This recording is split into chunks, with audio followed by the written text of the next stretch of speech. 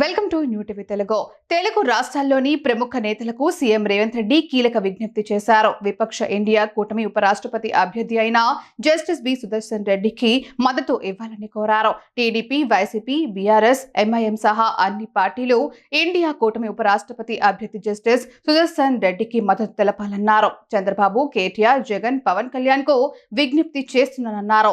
రాజకీయాలకు అతీతంగా తెలుగు రాష్ట్రాల నేతలంతా కలిసి రావాలని సీఎం రేవంత్ రెడ్డి కోరారు. ఈ మేరకు జూబ్లీహిల్స్ లోని నివాసంలో ఏర్పాటు చేసిన మీడియా సమావేశంలో ఆయన మాట్లాడారు.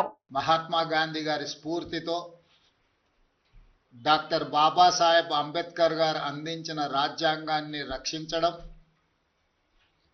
రాజ్యాంగ స్ఫూర్తిని కొనసాగించడం, రాజ్యాంగబద్ధమైన సంస్థల్ని పరిరక్షించడం, ఇండియా కూటమి ఈరోజు ఇంకొక పక్కన.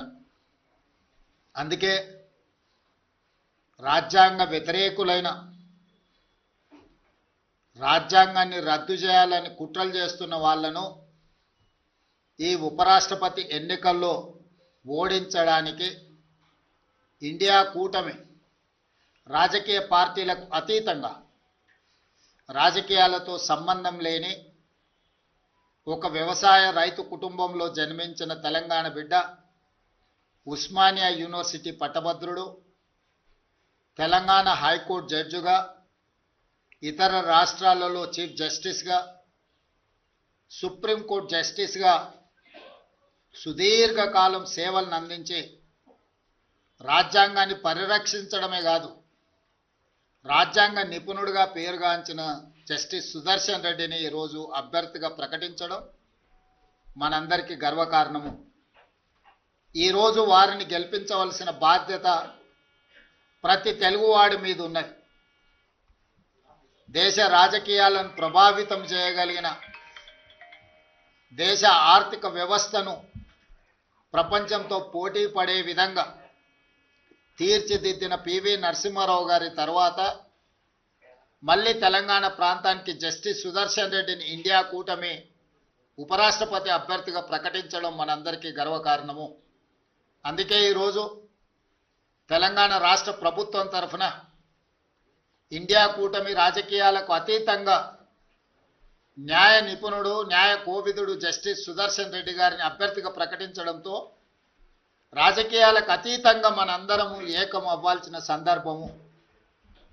అందుకే ఈరోజు Telugu Desam party, YSR party, BRS party, MIM party, అదేవిధంగా ఉభయ రాష్ట్రాలలో ఉన్న బీజేపీ రాజ్యసభ, లోక్సభ మెంబర్స్ కూడా విజ్ఞప్తి చేస్తున్నా, తెలుగువాడికి దక్కిన గౌరవం జస్టిస్ సుదర్శన్ రెడ్డి ఉపరాష్ట్రపతి అభ్యర్థిగా ప్రకటించడం. అందుకే మనందరం కలిసికట్టుగా 42 మంది లోక్సభ సభ్యులు, 18 మంది రాజ్యసభ సభ్యులు, ఉభయ రాష్ట్రాలకు సంబంధించిన వాళ్ళందరం ఒక తాటి మీదకి వచ్చి జస్టిస్ సుదర్శన్ రెడ్డి గెలుపులో భాగస్వాములు కావాలి.